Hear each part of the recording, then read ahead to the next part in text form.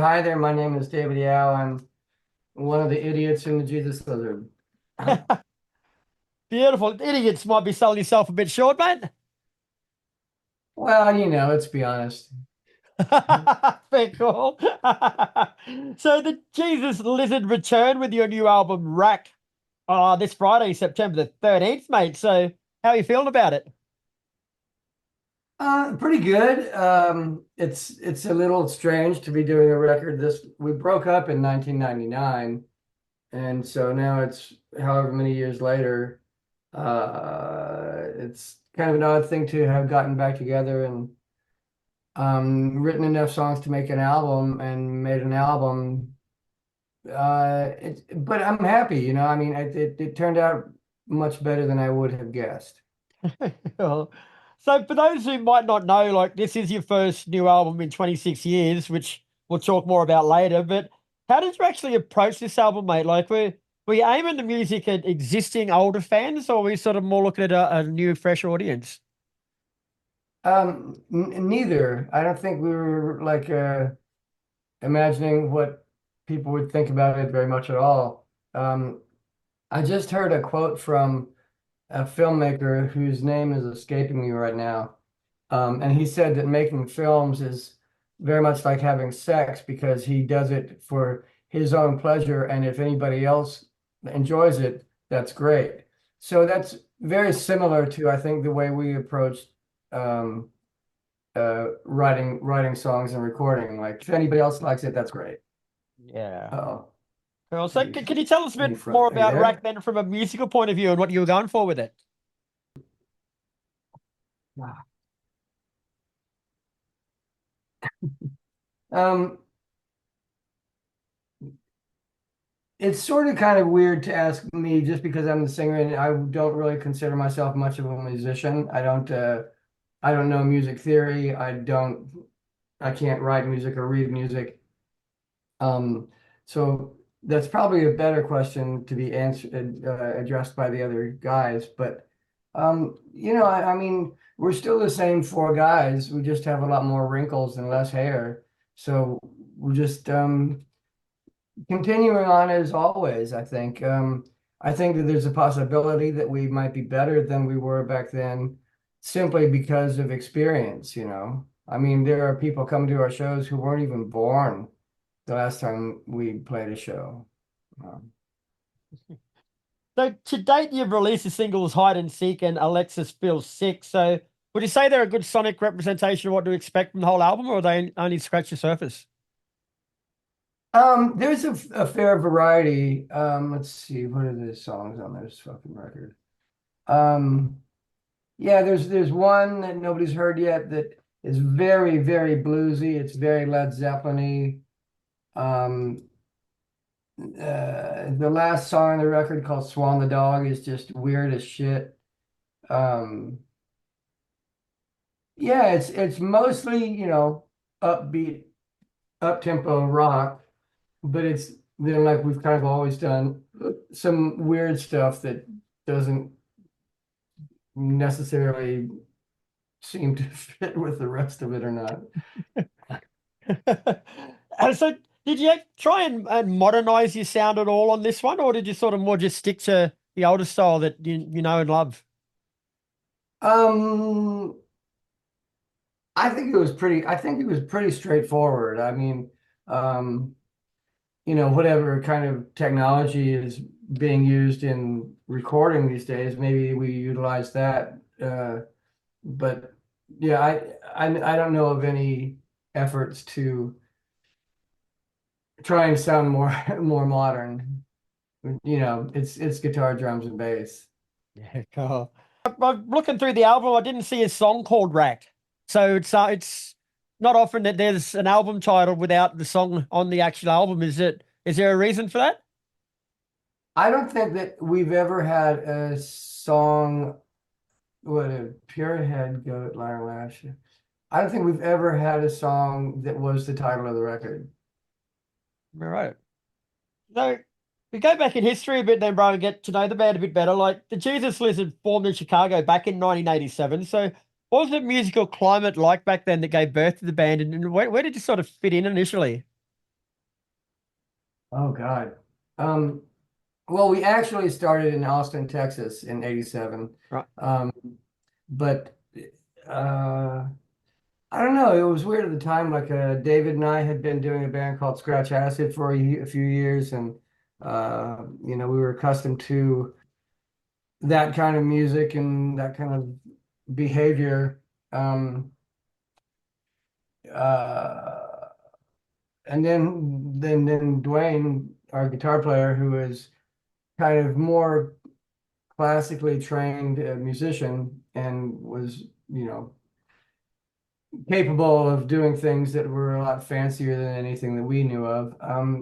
And so I guess that's sort of the way we were when we started with using a drum machine. I'm not sure if I'm answering your question, Chris. Yeah, that's fine. That's good. Okay. You were pretty quickly labeled a noise rock band, mate, which I reckon's a fucking cool term for a band. Noise rock. I haven't heard that one before, but it's cool. Oh, that's what I remember being called most while we were a band. I think in the mid '80s with Scratch Acid, there was a term going around with bands like Sonic Youth and Big Black and the Swans and us. And I think the Butthole Surfers were included in there. They were calling it pig fucker music. And I thought that was really good. Awesome. That's better than grunge or alternative. I Yeah, like pig fucker music. pig fucking music. And there's another thing reading through the press that caught my attention too, mate. Like, there's a part in there that says you were paid to not record an album by your label at the time. What's the story there? That's great. Um, After Nirvana feeding frenzy of record labels wanting to, it was going to be the next big thing. And so we signed a 3 record contract with Capitol and Capitol / EMI. And I told the guy who was running the company at the time, Gary Gersh, that I said, we're not going to sell any more records than we did on an independent label. And he was like, "Oh, I don't think so, David. I think we're going to do really good. We're going to sell a lot of records." And so we did the first 2 records, and it wasn't selling any more than what we had done previously. And so they said, "You're dismissed. You don't have to do a third record." And so I immediately called our manager and said, "I quit." Uh, So Oh, it wasn't also the last few years of it wasn't what it should have been. Our drummer had was sort of he was sort of he had to leave the band for different kinds of personal reasons and stuff. And so after that, it became a job with this guy who I didn't like playing drums. And So the first opportunity to stop doing it, I grabbed it. It's like I didn't want to do it without Mac. I didn't want to do it without the drummer that we have back now with us. very cool. And like after breaking up for that period, like the band reconvened in 2009 for a few shows, then sporadically played together after that. But at what point did you personally know that the band would be getting back together and writing new music? Oh, I don't know, about a year or so ago, the other guys played some ideas for me that they had for a few new songs, and I was impressed. I liked them. I thought they were good. I thought it was viable, and it wouldn't be a bad idea for us to you know make a record. I don't know how long we're going to stick around. I don't know how, we're all pretty old. I don't know how long after all this touring this year and next year. I have no idea what the future holds. Probably just, a grave. Yeah, well, I might be far behind you, brother. Before we let you go, David, I've started a new segment. I go digging through your old Facebook photos and I come up with a couple of interesting ones that I sort of present to bands to give a bit of a please explain to. So I got a couple from you guys and just want you to tell me the story behind them. So I found this one. Oh, that's a hell of a stage dive. That was at a show here in LA at a place called the Henry Fonda Theater. And it was a really, really fun show.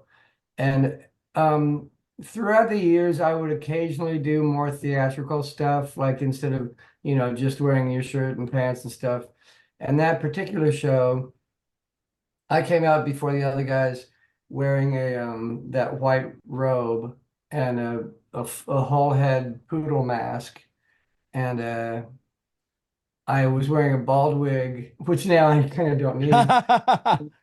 Uh, and yeah, there was this metamorphose of underneath the robe I had on a zebra print thong. And as the show progressed, I got fully dressed instead of the other way around, getting fully undressed.